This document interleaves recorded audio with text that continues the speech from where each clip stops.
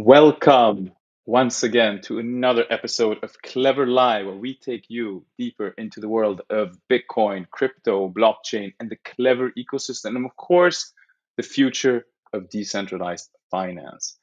As we await all of our global Clever family members to join, please do smash that like button and share the stream with your friends and family, because sharing Clever is in essence an act of love. Bitcoin ETFs, which stand for exchange traded funds, have been the hot topic of the day in recent weeks, months, and even years, for those who remember, in the crypto space. And today we are joined by the #1 thought leader worldwide for Bitcoin ETFs. Gabor Gurbacs is responsible for managing VanEck's digital assets initiatives, including investments, technology, and regulatory matters. He built the first industry standard digital assets indices, architected and filed for the first futures-based Bitcoin ETF, and oversees physical Bitcoin ETF efforts at VanEck. Gabor pioneered and is leading digital asset investing and market structure discussions with US and global regulators such as the SEC and SFTC. Gabor is also the CEO and founder of Pointsville, a gamified asset platform that offers an intuitive loyalty wallet and augmented reality experiences. My good friend Gabor, thank you for coming to the show. Hey, Misha, thanks for hanging out. Really great to spend time with you guys. And your glasses are so cool. You already beat me on that. You look clever in that. Thanks, man. I like old glasses. So these are actually 1950s French gold-plated ones. But I really like old stuff. And in general, I don't like new things. So we'll get to that for sure. But let's talk some history, right? We at Clever know you very well. And I know you very well, but most people here don't. So tell us a little bit more about where you're from. How did you end up working with what you do, and the journey that took you all the way to the US East Coast today? Absolutely. Yeah. So I'm from Hungary originally. I was born in Hungary around the time when communism fell in the Eastern Bloc. So it's certainly as an experience growing up in that environment. Maybe that dates me. I look a little bit older, but I'm around 30 years old. And so I grew up in Hungary mostly, went to school in Hungary, and finished up my high school in the United States at Deerfield Academy, and went to a school called Williams College. My studies were in mathematics, sociology, and kind of German. I always focused on the intersection of mathematics and kind of sociology, and so that's sort of my background. I met Bitcoin first in Hungary, working at the Budapest Technical University in 2011. There's a group of students who were failing their math classes, and I was helping them study graph theory, and they introduced me to Bitcoin. So I was grateful for that, and I also learned that students who sometimes fail classes can introduce you to great things, and that's one of one of the great things I'm very thankful for. So I met Bitcoin in 2011, and then again, I was kind of young then, finished my school, joined VanEck. Joined VanEck in 2014.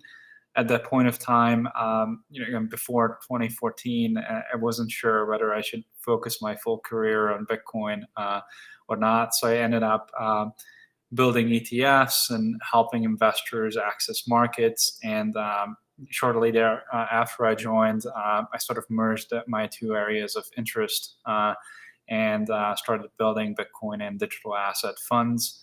And in the meantime, as Misha knows, I sort of ran a few companies, and some of them included some archaeology companies. And I believe that having an understanding, passion for history, particularly monetary history, helps you understand, potential outcomes with money that we use today. And again, one of the every fiat currency has fallen over time in the period of roughly 100 years, let's just say, or got devalued to the extent that it got replaced every 100 years. So that's why I'm very excited about Bitcoin and digital currencies in general. So that's a brief intro. And again, now I work exclusively on digital assets with VanEck and run my own company that works on digitizing different sorts of assets. Fascinating. Thank you for giving that brief history. And before we jump into the Bitcoin ETF, which is, of course, why a lot of people are here also to listen to your very unique input and experience, I do want to talk a little bit more about the connection of history and understanding how to shape the future. And just like me, I know you have an avid passion and interest in archaeology and history. The first discovered writings in human history is Sumerian tablets in the region of Uruk in today's southern Iraq, which actually stems from the word Uruk. It was first used as the means of long distance communication that was necessitated by trade and commerce, interestingly.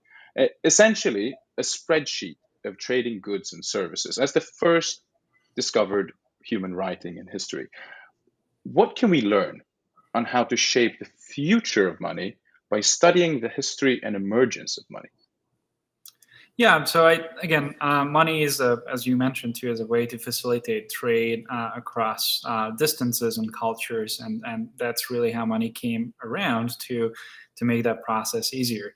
And so, over time, one of the ways in which money ended up developing is first it was just, let's just say, gold, or it was silver or bronze, and it was 100% bronze or gold or silver. And over time, the amount of silver in the coins got less and less, and 70%, 60, 30, 20, and then they reissued the currency, and effectively most societies devalued the currency that way. So historically, there wasn't really a good way to maintain the values of currency, and today technology allows us to build ways in which a currency could maintain its value. So primarily, I think using technology to create kind of immutable currencies and currencies that are good for trading and commerce across borders is now possible at a scale that wasn't possible historically. But the lesson is that it's worth doing that, because historically currencies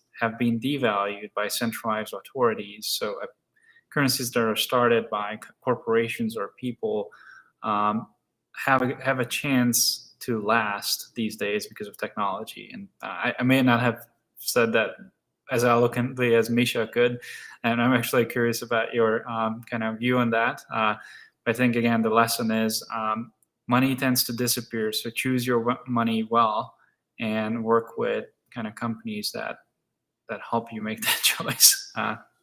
So I think you think. really you put the nail on the hammer on the nail there. We're talking about essentially human fallibilism, right? We're talking about the human factor destroying currencies over centuries repeatedly, whether it's in the Roman Empire or in the 19th century Europe, where hard money doesn't exist. Why? Because there is monetary policy, essentially just the printing of money, or fiscal policy, right? Which is government policy on spending, essentially destroying the currency at hand. We'll get to a little bit later about inflation and hyperinflation, especially in a great example of that happened in your home country of Hungary. But I believe that Bitcoin and cryptocurrencies come with a new option where Bitcoin itself provides financial policy written in stone, where it's boring money essentially, and not just hard money and sound money, but it's boring in the sense that the evolution of Bitcoin's financial policy takes so long to alter or to change, even an upgrade like Taproot or Segwit, that there is really just a predictable set flow of new currencies coming into existence in Bitcoin. And you can apply that really to any cryptocurrency, whether it's private or people driven or community driven. So yeah, we're definitely starting at a wonderful new revolution, and I'm very proud to see what you're doing for Bitcoin and the crypto space from VanEck sides, and what you've been doing for years, pushing ETFs. And I do want to get to a little bit the ETF, because that's really one of the main reasons that we're here. Let's go over the basics. What is a Bitcoin ETF, and why does it matter? Yeah, absolutely. And again, this is for those who are interested in the history. I think you start, so first, starting really in the late 1900s, stock certificates were issued. Those stock certificates were physically traded among each others at locations like Philadelphia or New York or kind of around the world. And then things became electronic, and then stocks were traded on exchanges. So individual companies, if you wanted to get exposure to something, you would buy it on a stock exchange. Then in the 1970s, the first mutual funds were introduced, and I think I've been frozen a little bit, but so the first mutual funds. I can hear you well. Oh, you can? Okay, perfect. So the first mutual funds were introduced kind of at scale in the 70s. There were a few before, but the idea was that you can buy assets in a portfolio in an efficient way, and someone else is trading for you, and make sure that you get the kind of best execution. And then in the 90s, kind of late 90s, ETFs were introduced, and ETFs are an evolution of mutual funds. So mutual funds and holdings were not public for 30 days. So you bought a fund and you didn't know what the manager did with it for 30 days. So that was mutual fund and investing literally in the past half a century. And so ETFs came along, and it gave you basically end of the day transparency and intraday pricing on baskets of securities. And then so that's that was one of the main benefits. And over the past 20 years, ETFs went from zero in value to $10 trillion. And so it's an instrument that is attracting capital. And just to quickly summarize some of the benefits, as you can see, real-time pricing, real-time holdings, there's customer protection on assets. At least in the United States, it's on the security side, it's $750,000, so quite a sort of high number.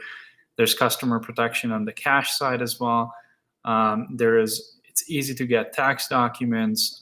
You can pull up an ETF from any brokerage. Maybe one day Klever will trade ETFs, and you are able to also pull it up from Robinhood and really or anywhere. So it's not brokerage dependent. And so that's generally, again, there are tons of benefits for ETFs or securities. For Bitcoin specifically and digital assets, some of the benefits are that these ETFs, it's 20 years, ETFs plugged into everywhere, the back end of banks, brokerages, family offices, pension funds, sovereign wealth funds. And once you want to buy something, you literally search for a ticker and buy it. And then it goes through this settlement system, accounting system and banking system with ease. So the benefit of a Bitcoin ETF, physical or futures based, is to be able to access all the rails of the traditional financial system and offer exposure to this new asset. So that's the primary benefit. I personally think that Bitcoin as an asset is much more than an ETF. So there's you can hold your own keys, you can hold it in a device or a piece of paper if you want to, and so there are benefits that the financial services industry is learning and kind of from Bitcoin. But for now, ETFs are taking Bitcoin around to the institutions and again around the world where pension funds might not be able to touch Bitcoin, but they can buy a Bitcoin ETF, or sovereign wealth funds can do the same. So that's why I'm working on it. And an ETF. Oh, sorry, Misha, you were asking a question. No, continue. So an ETFs also, once an ETF is approved by regulators, it means that again it has the sort of the protection, the longevity, kind of like the sort of the approval of major capital markets, like the U.S. $20 trillion capital market. There are other countries in the multi-trillion-dollar range as well. So getting that benefit and integration is why we work so hard on wrapping Bitcoin in an ETF format. So yeah, I do want to touch it a bit because we're talking about Bitcoin right now as a $1 trillion asset class, right? Roughly, the whole crypto market around slightly over 2 trillion, but right, it moves quite a lot due to volatility, which is also one of the beauties, right? But in terms of before we go into VanEck ETFs, in terms of impact, how much are we talking about in terms of, you're talking about a $20 trillion capital market in the United States. We're talking about pension funds, sovereign funds. How much do you see the ETF, especially a spot ETF, a physically backed ETF in the future, impacting not just Bitcoin, but the whole crypto economy once approved? Yeah, so it is really interesting. So this is an answer that some people will say, oh, this is trillions, and it's crazy and opens up everything. I have a nuanced view on that, and but actually you'll see why that's important. So I think a Bitcoin ETF can pull in maybe $50 to $100 billion. That's a good bit of money. It's not trillions of dollars, but the largest gold ETF is something like $70 billion.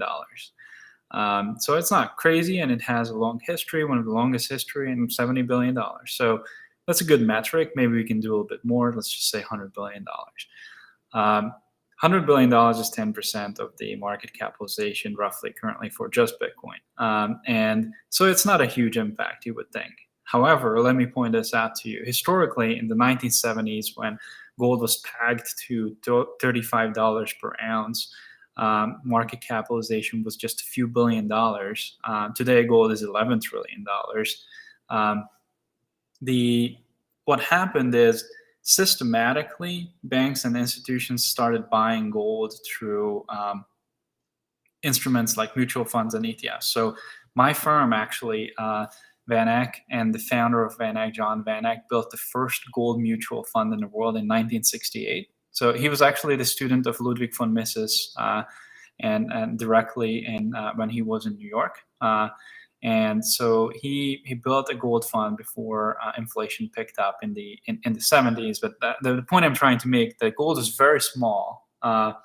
And once investment instruments became available, first a few $1 million, then $100 million, and a few $1 billion over time basically went into gold. And that little money and adoption over time, so a total, let's just say a few $100 billion, $100 billion have taken gold from $100 billion to $11 trillion. Today, about 0.5% of all managed portfolios, so this is pension funds, banks, all kinds of hedge funds, hold. So 0.5% of all portfolios, that means 1 in 20, holds about 0.7% notional exposure to gold. So half of the 0.7% led to an $11 trillion value gold. So if you see 1% of institutions adopting Bitcoin, just 0.5% to 1% of their portfolio, Bitcoin could go to trillions in market capitalization. So on the surface, you will not see trillions flowing into ETFs and financial instruments. However, the market capitalization with that little flow could actually be impacted to the level of trillions of dollars, which happened to gold. So that's something to think about. Market capitalization is not a one-to-one ratio. 10%, like $100 billion, can create $1 trillion in value. And this is a fascinating approach, actually, to understand from you, since you're working so closely with all of these institutions and throughout, not just with regulators, but also with the legislators, to understand the potential growth that the ETF can do. And it's something that I really wanted to pick your brain about. So thank you for that amazing answer. Let's get into a little bit of VanEck ETFs, right? Go over with us perhaps the spot ETF, or physically backed ETF, was rejected, your proposal, on November 12th over investor protection concerns and an alleged lack of manipulation prevention in the market, according to the SEC. What are your views on the reasons for not approving spot ETF? What will you do to overcome this decision in the future? And how does it relate also to your futures ETF that actually went live just 2 days ago? Yeah, thanks for asking. So like on the physical ETF, I just wanted to state this, that I firmly believe that a physical ETF is a better structure than a futures-based ETF, because you just own the underlying asset. Simple physical Bitcoin markets that you trade, so spot markets, are huge. So there's a lot of volume. And VanEck holds the custody over those, yes? Yeah, a custodian that's contracting with VanEck. So usually, we work with State Street and some other custodians in the in the equation. So there's basically technology providers and banks administrators who are safekeeping the assets for customers. So you have recourse. You have State Street is a $42 trillion institution, so pretty good balance sheet, and that's helpful for customers. And so on the physical side, let me just say that there's no good reason not to approve a physical Bitcoin ETF. We have a physical Bitcoin ETF and other crypto ETFs in Europe that are approved in 14 countries. Brazil has approved funds coming, Canada, Australia. The world is approving this very logical, simple structure. The U.S. regulators are concerned about primarily that the quote-unquote underlying spot markets, so crypto exchanges, are manipulated. I personally think that there's no evidence that these markets would be uniquely manipulated compared to the S&P 500 or the other major markets. So I think we're as good as other major markets. It is. I just believe that regulators and some of the major decision makers, like the Treasury Department, are afraid of what, if Bitcoin really picks up, what that means for the currency, what that means for politics, what that means for the country. So I think regulators are taking a quote unquote kind of let's walk first approach and try not to allow a lot of capital into the space. I don't think it's fair or reasonable, and I think that means that the other countries in the world will lead, spot Bitcoin adoption, and it will create a lot of wealthy people, and it will drive kind of business to exchanges like Klever, because you can access physical assets there. So, that's kind of the end result of it.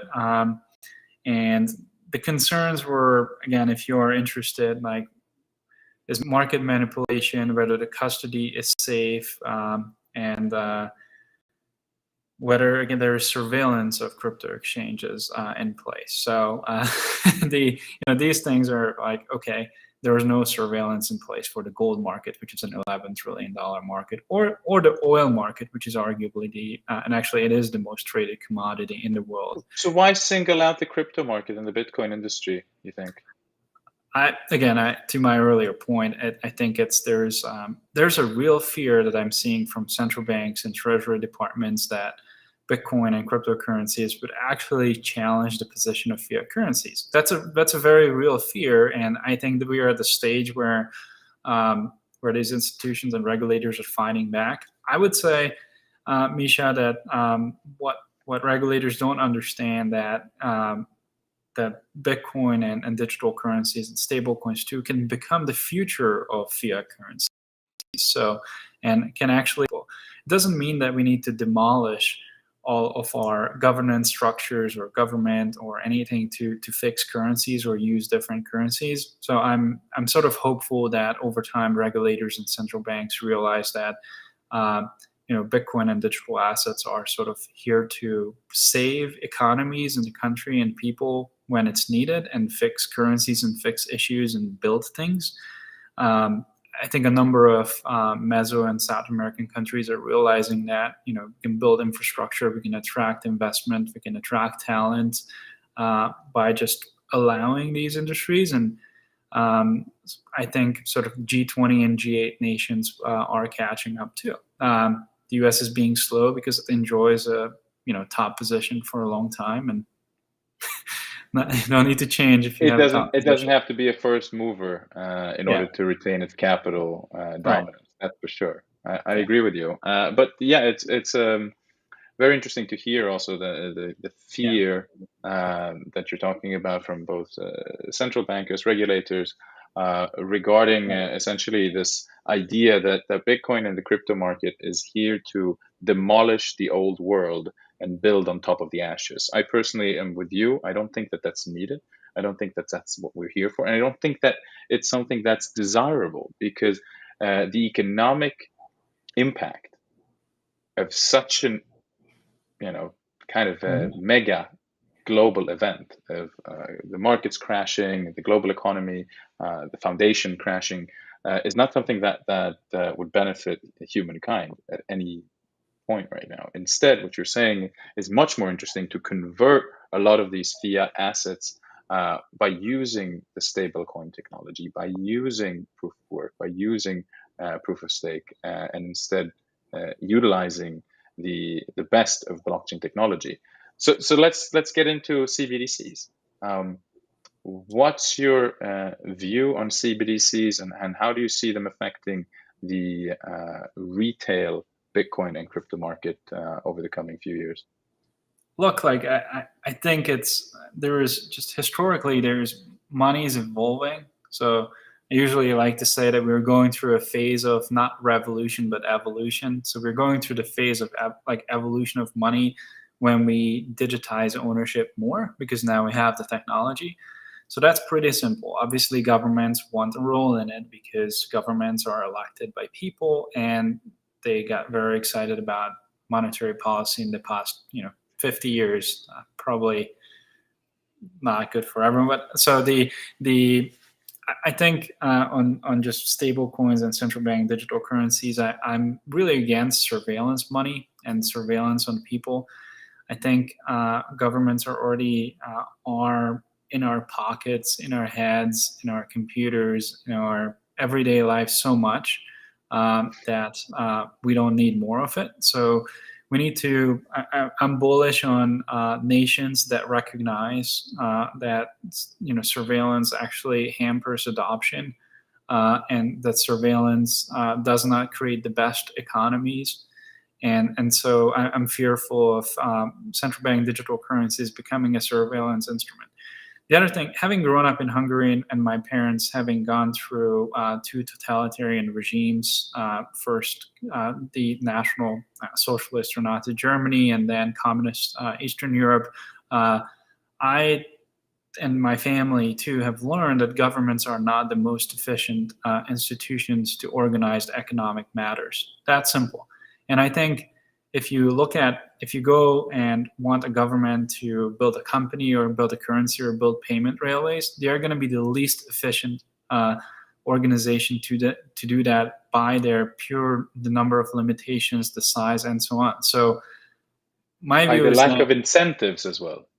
Yeah, it's exactly, and I think a lot of, again, governments are not bad. There's no bad intent in building digital currencies, and I think a lot of them, lot of governments, like Governor Carney from the Bank of England, actually flagged, rightly so, that the payment system is broken. Like if you go to an airport, the exchange rate that you're getting is crap. And if you go to some country and you travel and you swipe your card, you get charged between 3 and 15% depending where you are. That's not like technology, and the current system allows for better. So the governments are responding to that partially. So they're pressuring actually payment companies to lower costs for people. The crypto space is pressuring payment companies to lower costs and kind of open up access. So I think that's good. Generally that's good. What can go bad is that big totalitarian organizations using money to exclude people from financial systems.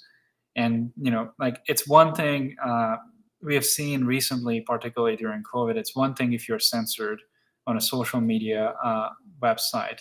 It's one thing that you maybe get kicked out of the social media website.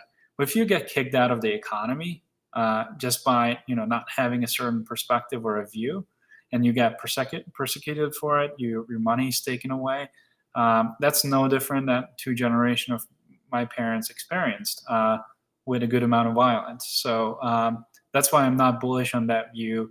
And the West particularly tends to forget the lessons that we learned, even just as recently as 30 years ago. So anyways, that's why I'm excited about Bitcoin particularly, and cryptocurrencies, and new sort of like exchanges and on-ramps that are operating globally, is because naturally the backbone of Bitcoin and some of the crypto exchanges resist these totalitarian structures and the unintended consequences that they're not thinking about right now.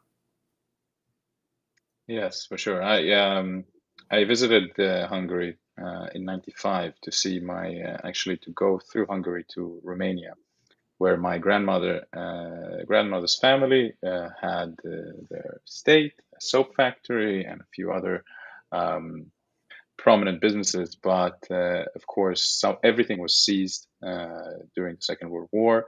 She and her entire family was deported to Auschwitz through Budapest, of all places. She was a sole survivor together with a sister out of a 9-sibling family. So I do understand very personally and deeply how your property can be taken away from you, but also your life. And we do live in different times, yes, where we also have the option to opt out of the system in a way, where currencies like Bitcoin and other cryptocurrencies do give more privacy. It gives a right to property that didn't really exist before, like you were talking about. Like you have 2 generations of grandparents and parents who've all lost property due to Nazis and communist regimes. And today we're creating a new financial system, and you're definitely at the head of that movement. Let's go back a little bit to speaking about inflation. Right, we are in Hungary right now, so it's quite ironic that Hungary is actually the country that's the epitome of hyperinflation.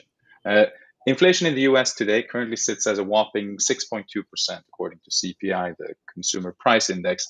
But the greatest hyperinflation in history is Hungary in 1945 to 46. Inflation peaked at 41.9 quadrillion percent in a single month, and the highest denominated piece of currency that has ever been circulated in the history of man is the 100 quintillion pengo note. That's 18 zeros for those that didn't watch the last Bitcoin hash rate video we made. So prices doubled essentially every 15 hours during this mad period of Hungarian history.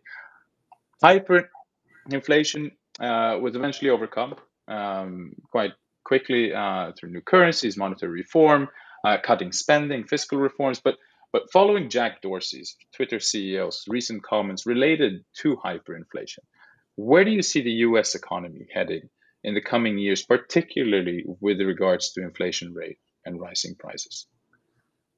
Misha, yeah, thank you for that. Actually, that overview, and wanted to just close the loop on that history. So what people don't realize is hyperinflation happens fast, and people didn't notice. First, inflation was 1%, 2%, 5%, and then crept up to, oh, things are doubling, but we're creating new monetary notes. And basically, over the course of these 15 years, but really over the course of 2 years, we added 18 zeros to the currency and eventually added 29 zeros. So 10 to the 29th. A new currency at the end of World War II was introduced by cutting 29 zeros from the old currency in order to stabilize the economy, and that means that everyone's wealth has been eroded literally over the course of 2 years, and then the currency was unusable for another 15 years. And just thinking about that, how damaging that is, and how you couldn't transact. People were bartering on the streets and actually trading eggs for services, and you couldn't. They literally. I remember this conversation from my grandparents were telling me from their parents, this kind of generation. They couldn't buy a carton of eggs with a wheelbarrow of cash, and so it was, cash was useless. But anyways, the point was that a new currency had to have been introduced, and that is the history of fiat currencies.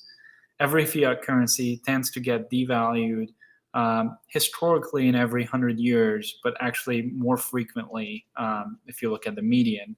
And so just again, thinking about that, the dollar has lost 98% of its purchasing power in the past, from 1913. So let's just say 100 years.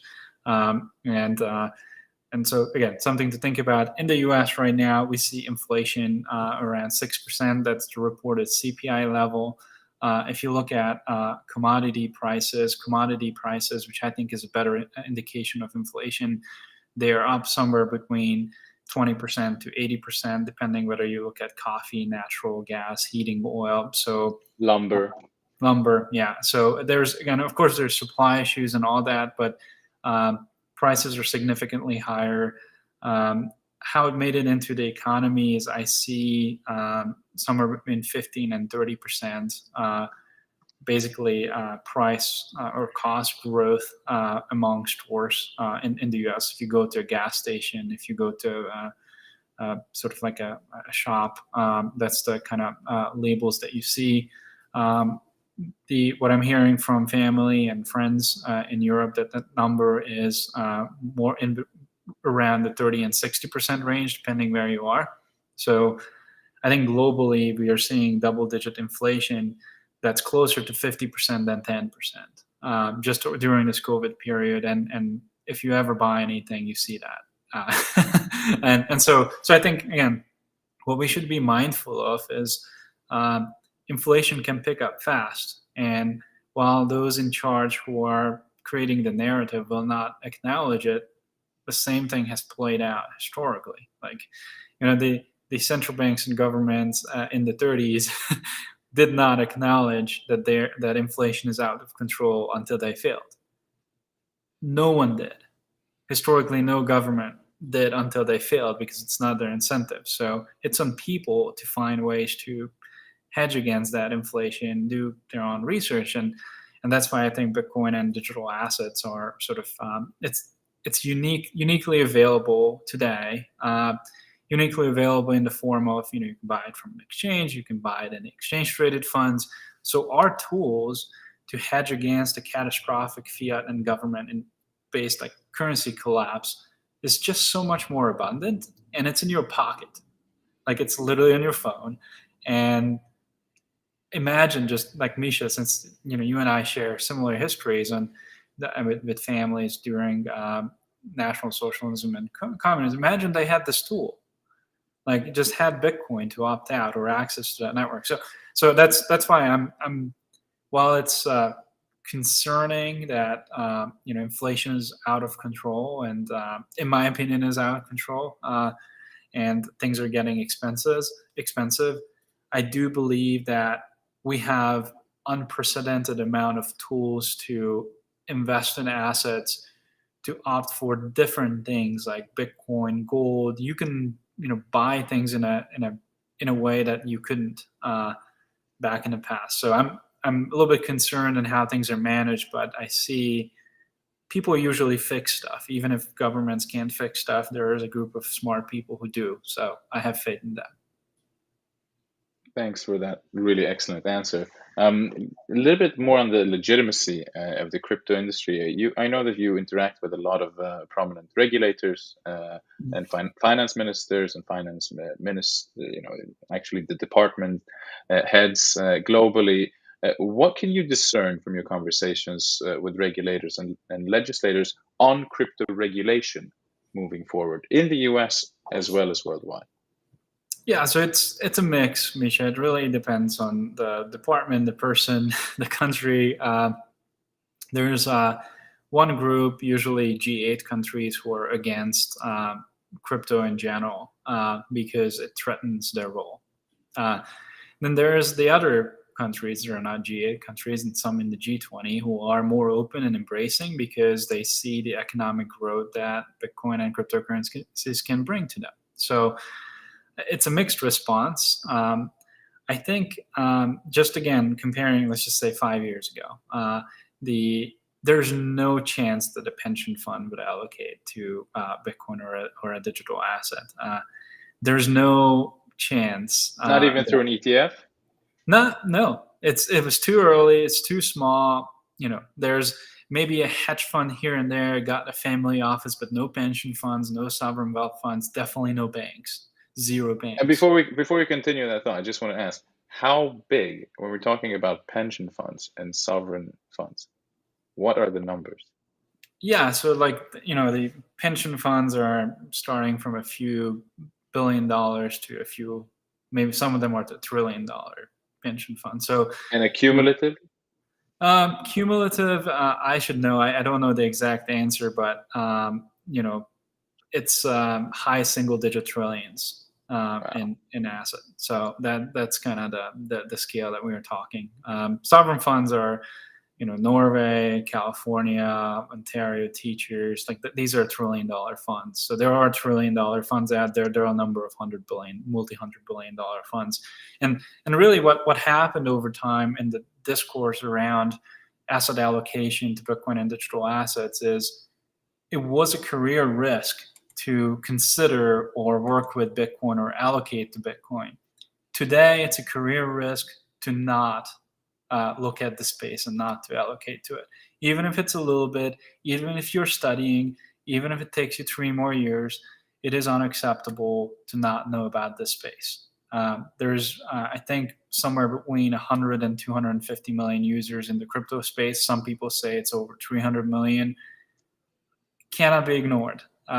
And just in the US, only $6 to $8 trillion in the next 20 years will be passed down to the younger generation who will be investing in crypto, in thematics, and esports. How much? 68 trillion, did you say? $6 to $8 trillion in 20 years being passed down from the 2 oldest generations to the 3 youngest generation. And globally, it's double that. And our generation is just investing very differently. So I expect pension funds, asset managers in the next, not 20 years, but 5 years, pension funds already started allocating to Bitcoin and to just start allocating. And so that's one. And we actually, my firm, other firm, Pointsville, was the first company in the world to create a digital collectible, so a digital asset for a pension company. So we're very proud of that. Big state of Texas, public pension. I saw that. Congratulations.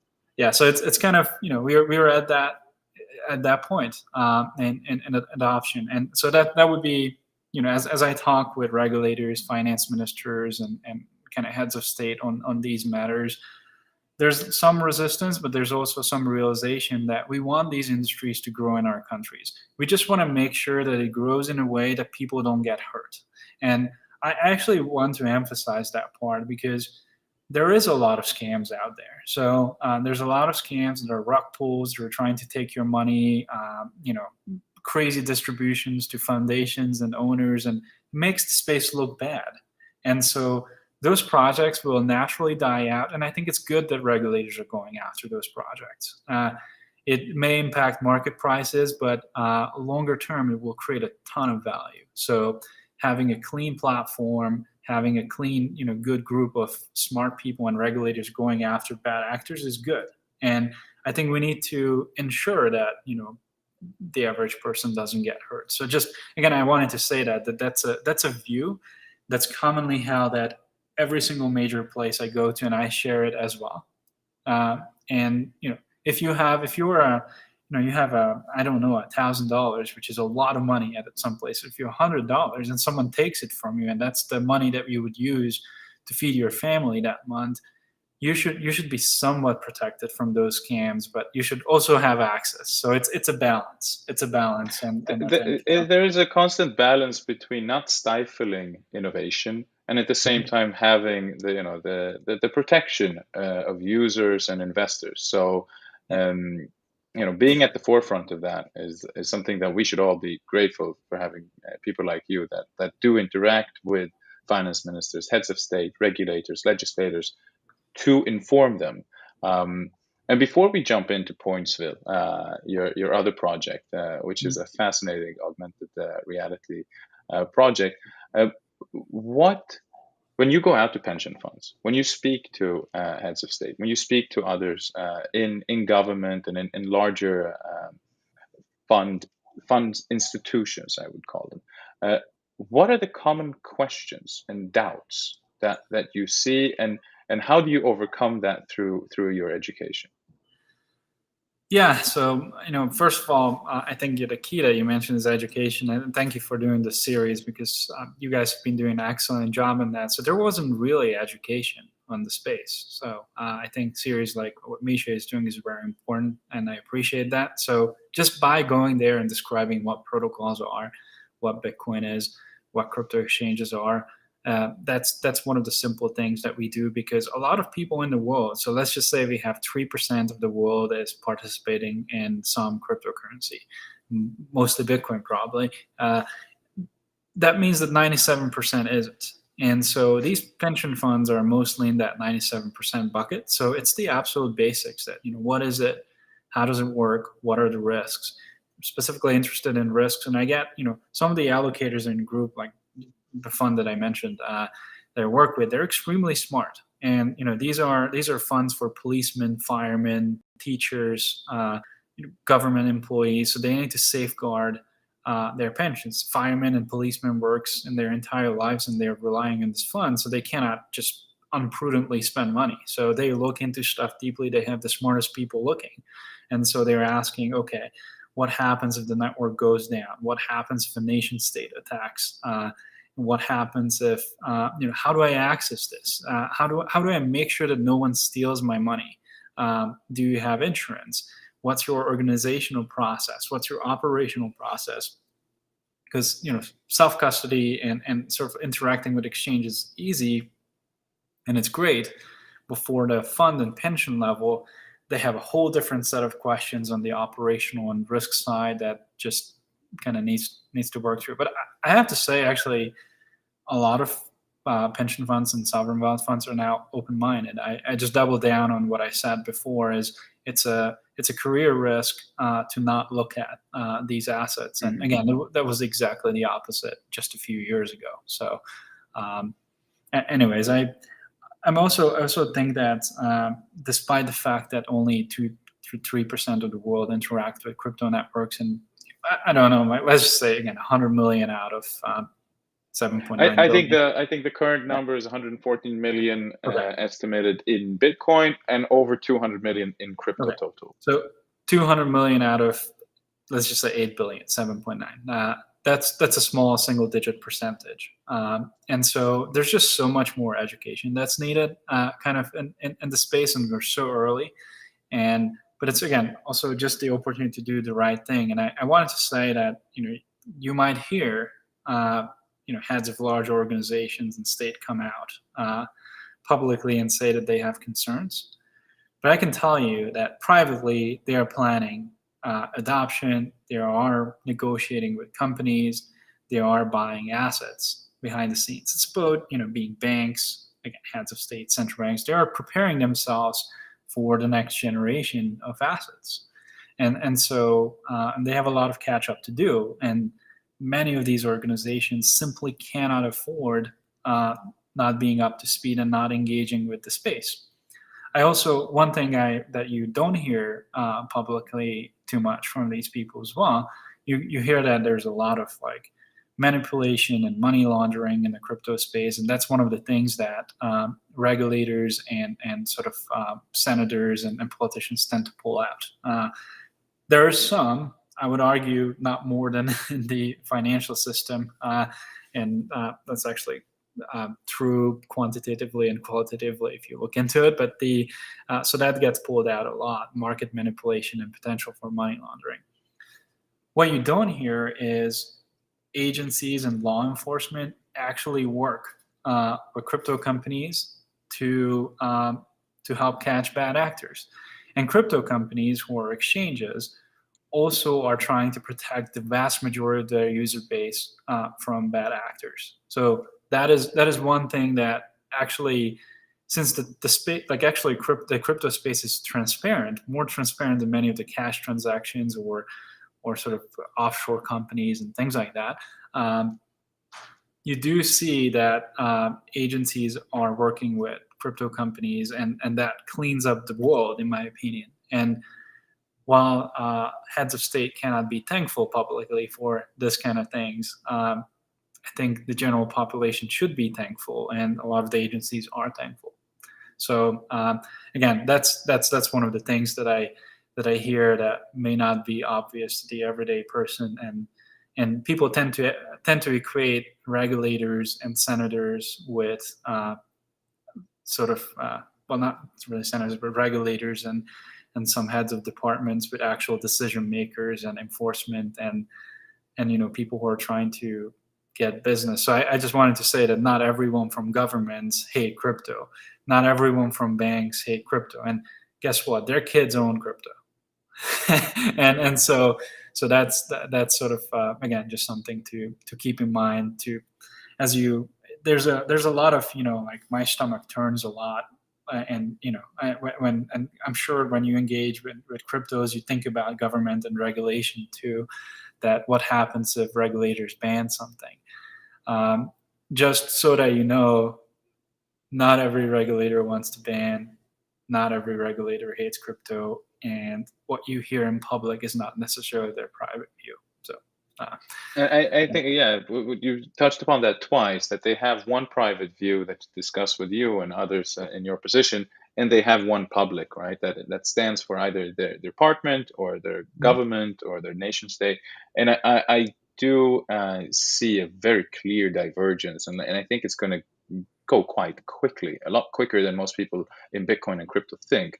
Once we've seen the first nation state now adopt Bitcoin as a legal tender in El Salvador, but a lot of people thought, oh, now it's going to be Paraguay and Tanzania and so on, but it's going to happen quite rapidly once the dominoes start falling, and it's quite encouraging to hear from you saying that the private views of some of these individuals are a lot different than the public ones. So that's great. But before we, this hour has really just run past. We're almost at the finish line, and it was a fascinating conversation so far. But I do want to hear more about what you're working on besides the Bitcoin ETF and all other ETF related products at VanEck.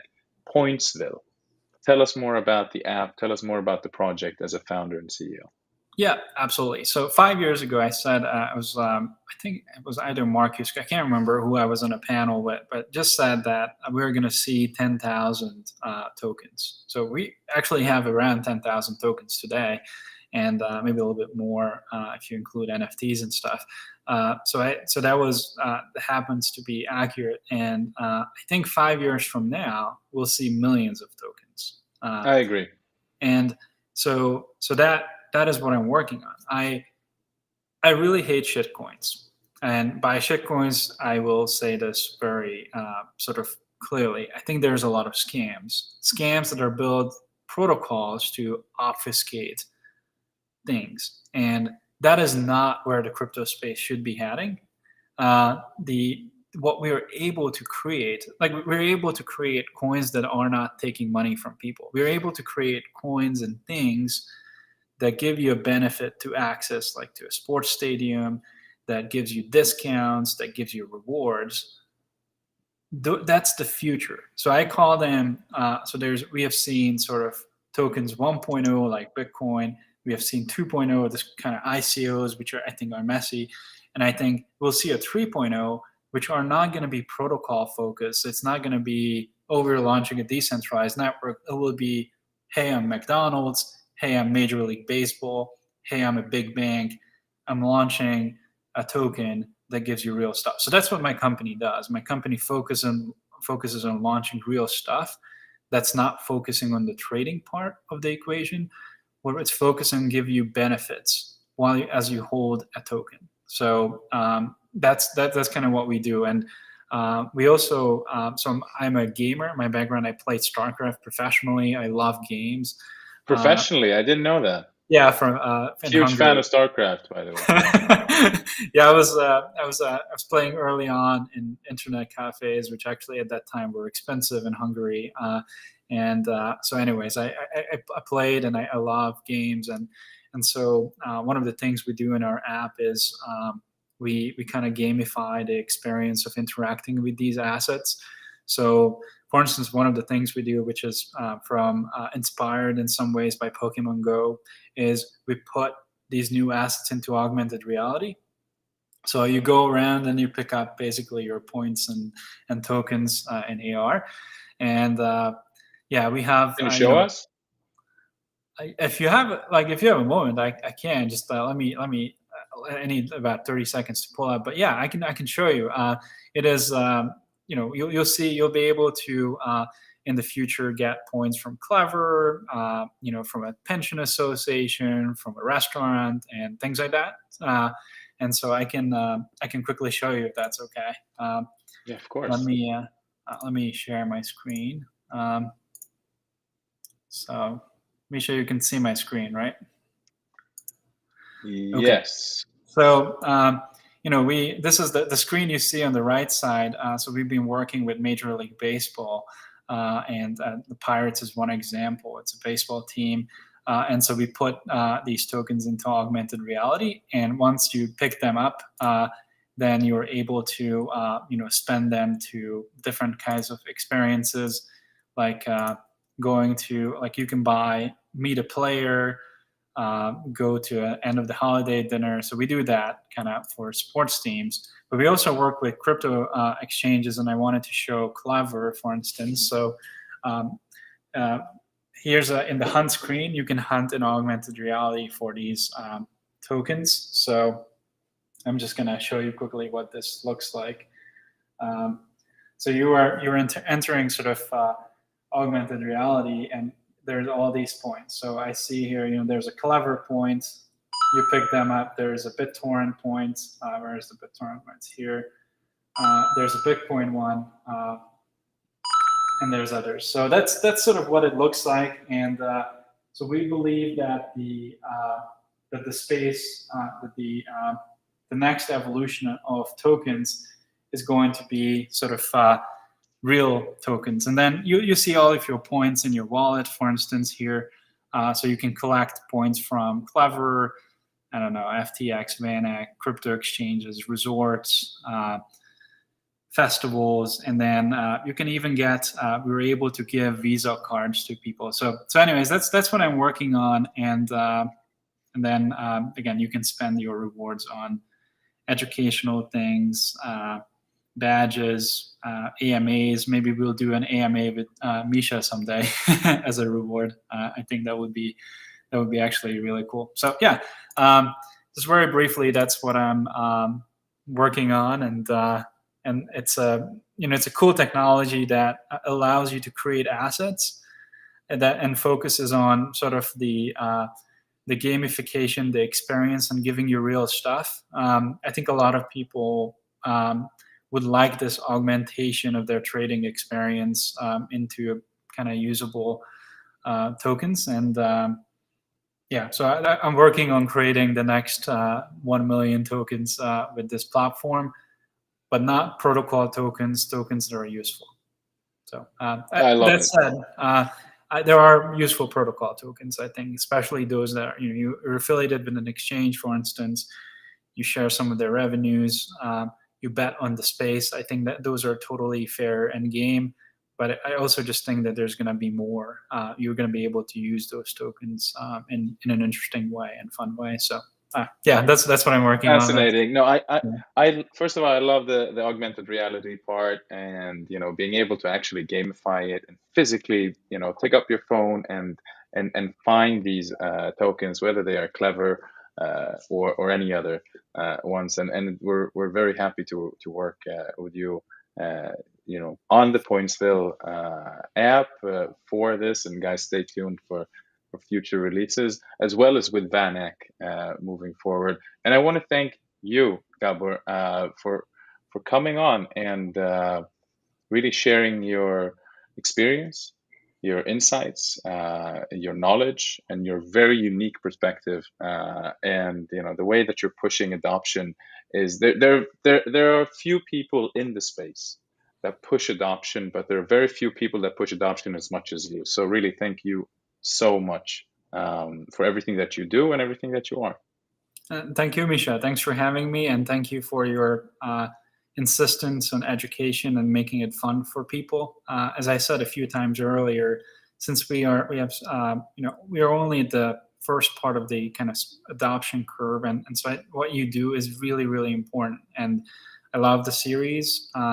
I love how you're passionate about education and perspective of history. So thanks for doing this, and I appreciate everyone who joined. And again, hope to see you guys. If Misha and I could help in any ways, you can find us on Twitter probably. Exactly. And if you guys want to follow Gabor, it's Gabor_Gurbacs, right? On Twitter, and it's Pointsville app also on Twitter, and VanEck_US. Thank you, Gabor, and thank you, everybody, wherever you tuned in from the world today. Whether it's in the Americas, Sub-Saharan Africa, throughout Asia, Europe, or North America, much love, and until next time, stay hungry and be clever.